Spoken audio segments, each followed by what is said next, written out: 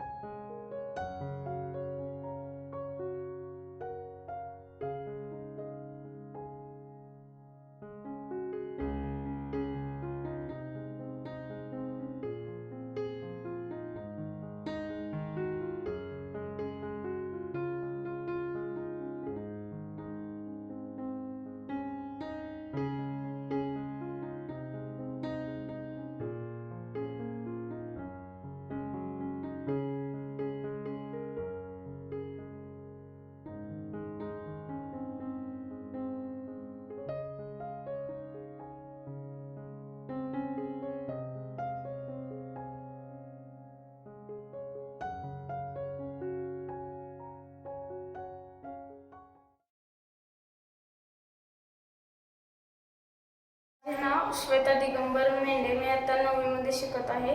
माझ्या शाळेचे नाव जिल्हा परिषद कन्या प्रशाला उस्मानाबाद. मी आज आपल्याला आपल्या शरीरातील अंतर्गत अवयवांची माहिती सांगणार आहे. हा आहे मेंदू. मेंदू हा आपल्या शरीरातील सर्व क्रियांवर नियंत्रण ठेवतो. हे आहेत नाक व डोळा. 5 ज्ञानेंद्रियापैकी 2 ज्ञानेंद्रिय आहेत. इथे आहे अन्ननलिका व श्वसन नलिका. हा आहे आपल्या छातीचा पिंजरा. इथे 12 जोड्या असतात. हाडांच्या 12 जोड्या असतात. हे फुफ्फुस व हृदयाचे संरक्षण करते. हे आहे फुफ्फुस. फुफ्फुस हे वायूंची देवाणघेवाण करते.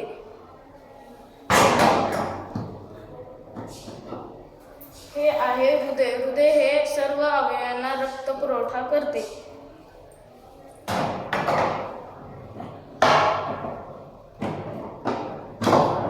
हे आहे यकृत. यकृत हे ग्लुकोजचा साठा करते.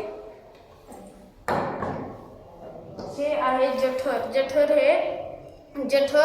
हे अन्न घुसळण्याचे कार्य करते. ही आहे मोठे आतडे. ही आहे छोटे आतडे. मोठे आतडे हे 1.5 मीटरचे असतात. मोठे आतडे हे फक्त पाण्याचे शोषण करतात. हे आहेत छोटे आतडे. छोटे आतडे हे फक्त अन्नाचे शोषण करतात. ही आहेत व्रके.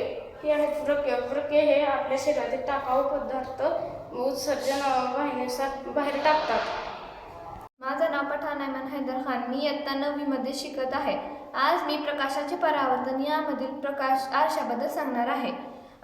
सपाट आरशामध्ये मिळणारी प्रतिमा ही आभासी व मूळ वस्तू एवढीच असते, पण हास्यदलनातील प्रतिमा ही वेगवेगळ्या ठिकाणी वेगळी असते.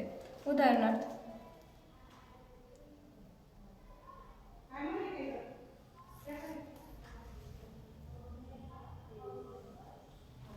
असे का होते?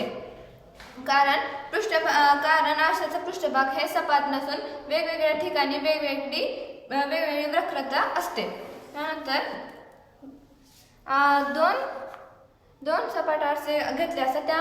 त्यामधील कोन हे n बरोबर 360 भागिले a-1 या सूत्राने दाखवता येते. आता हे हलणारा आरसा मी 60 अंश कोनावर ठेवले असता मिळणारी प्रतिमाची संख्या ही 5 असते. त्यानंतर हे आरसा मी 30 अंशवर ठेवले असता मिळणारी प्रतिमांची संख्या 11 आहे. त्यानंतर गुणधर्म तिसरा, 2 सपाट आरसा हे समांतर असतील तर मिळणारी प्रतिमेची संख्या ही अनंत असते. त्यामध्ये पाणी टाकल्यानंतर हे गरम लागतंय आणि हे उष्णदाब अभिक्रिया आहे.